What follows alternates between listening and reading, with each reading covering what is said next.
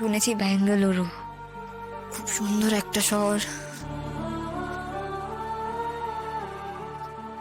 ভালো থেকো। আর লাজুর কথা একদম মনে রেখো না।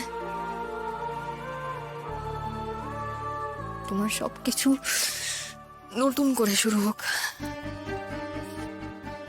তোমার নতুন কারোর সাথে আলাপ হোক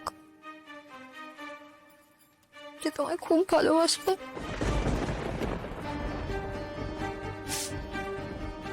তুমি তো খুব ভালো, তাই এখন তোমার জীবনে সব ভালো ভালোই হবে। নতুন মানুষটা তোমাকে বনলতা দিদির সব নোংরামির কথা ভুলিয়ে দেবে, আমার কথাও ভুলিয়ে দেবে।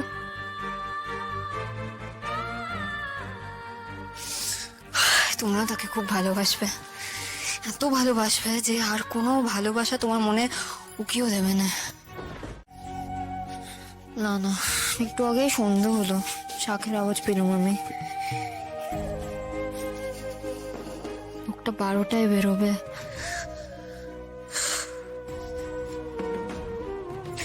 আচ্ছা, আমি কি ওকে অনেক কষ্ট দিলাম?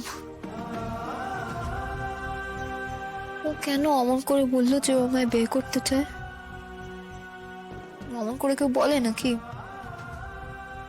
আমি তো একটা বিবাহিত মেয়ে, আমার কি অমন কথা বলতে আছে না শুনতে আছে? ও কেন বুঝে নে? ও এমন করলে লোকে ওকেই মন্দ বলবে। ধুর, কেন চলে যাচ্ছে ও? কি হতো এখানে থেকে গেলে? আমার সাথে কথা নাই বলতো। হ্যাঁ, এক এক সময় হয়তো দেখা হয়ে যেতে পারতো।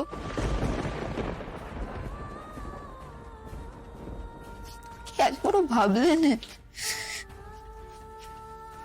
তুমি একবারও ভাবলে না তোমাকে না দেখে রাজু কতটা কষ্ট পাবে? খুব কষ্ট পাবে। এই নাকি তুমি রাজুকে ভালোবাসো, তুমি তো তার মনের কথাই বোঝো না।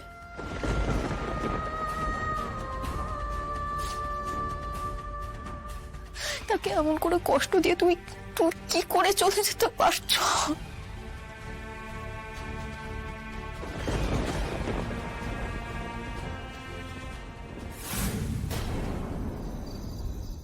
ওদিকেও যদি আগুন লেগে থাকে তাহলে তো তোমার গায়ে আগুন লেগে যেতে পারে। বাবা, আরে তুই হাত পা ঘুরে দাঁড়িয়ে দেখছিস কি? আগুন নেমে যাবে না? এই গৌরী, বাকি বালতিগুলো কোথায়? এই তো দেখো, জল নেই। তুমি তো জলটুকু তুলে একটা বাচ্চা পুকুর থেকে। এই বালতি নে, আগুন নেমে যাবে। চ। এই দাদা, তুই লাজুকে কোথায় রেখে এসেছিস? বল আমাকে, কোথায় রেখে এসেছিস? আর বাবা, কোথায় আবার? গামছা দিয়ে বেঁধে রেখেছে ওদিকে গাছটার সঙ্গে। গামছা? সত্যি আমি কিন্তু তোকে বিশ্বাস করি না। তুই নিজ্ঞা তোকে ছেড়ে এসেছিস। ভাই, এটা কি বলছিস ভাই? হ্যাঁ, তুই আমাকে তোর মাথা দিব্যি দিয়েছিস।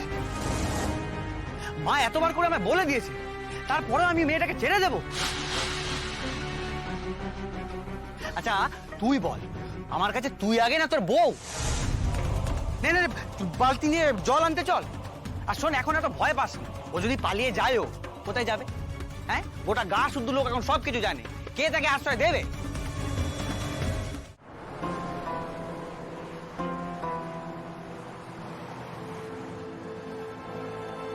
কৃষ্ণ বেরিয়ে পড়েছে কিনা একটু খবর নে না অনু।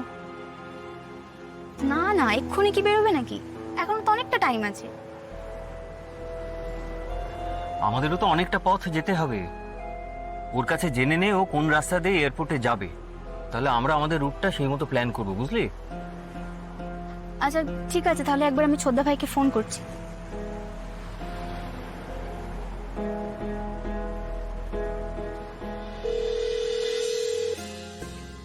হ্যাঁ অনু, বল। হ্যাঁ ছোদ্দা ভাই, তুই বাড়ি থেকে কখন বেরোবি রে? এই তো ঘন্টাখানেকের মধ্যে। এখন রেডি হচ্ছি। এই মা বললো তোর নাকি ফিরতে দেরি হবে। তুই নাকি একটা এনজিওর কাজে অনেক দূরে আছিস। তোর সঙ্গে কি দেখা হচ্ছে? হ্যাঁ রে ছোদ্দা ভাই, সেই জন্যই আমি তোকে ফোন করেছিলাম। এখানে আমার কাজটা হয়ে গেছে বুঝলি, আমি এখন বাড়ি ফিরছি। তুই কোন রাস্তা ধরবি রে? এই তোর কাজ সত্যি শেষ হয়ে গেছে তো? দেখা করবি বলে তাড়াহুড়ো করে দেরি এসেছিস। আরে বাবা না না, শেষ হয়ে গেছে। শোন না, তোর সাথে আমি রাস্তায় মিট করে নেব। আসলে আমার মনে হচ্ছে আমি বাড়ি ফেরার আগে না তোকে বেরিয়ে পড়তে হবে, বুঝলি? বল না তুই কোন রাস্তাটা ধরবি? ভিআইপি রোড দিয়ে। ওকে গ্রেট, আমিও ওই রাস্তা দিয়েই ফিরবো। ওকে শোন, আমি ওই এয়ারপোর্ট যাবার লাস্ট ফ্লাইওভারটার পর বাঁদিকে ওয়েট করব, ঠিক আছে? তুই কিন্তু বেরোবার সময় আমাকে অবশ্যই একটা ফোন করে দিস। এই অনু, এইভাবে দেখা করতেই হবে মানেটা কি? আমি তো আর আজকে রাত্রে বিদেশ চলে যাচ্ছি না। তোর ইচ্ছে হলে তুই যে কোনো সময় ব্যাঙ্গালোর চলে আসবি, তুই বাড়ি চলে আয়। না চোদা ভাই, আমি আজকেই তোর সাথে দেখা করব, আর তোকে একটা প্লেজেন্ট সারপ্রাইজ দেব।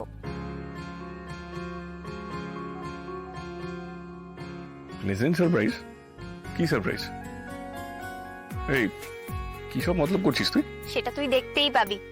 শোন, তুই কিন্তু আমার সঙ্গে দেখা না করে এয়ারপোর্টে ঢুকে যাবি না। আমি রাখছি, কেমন?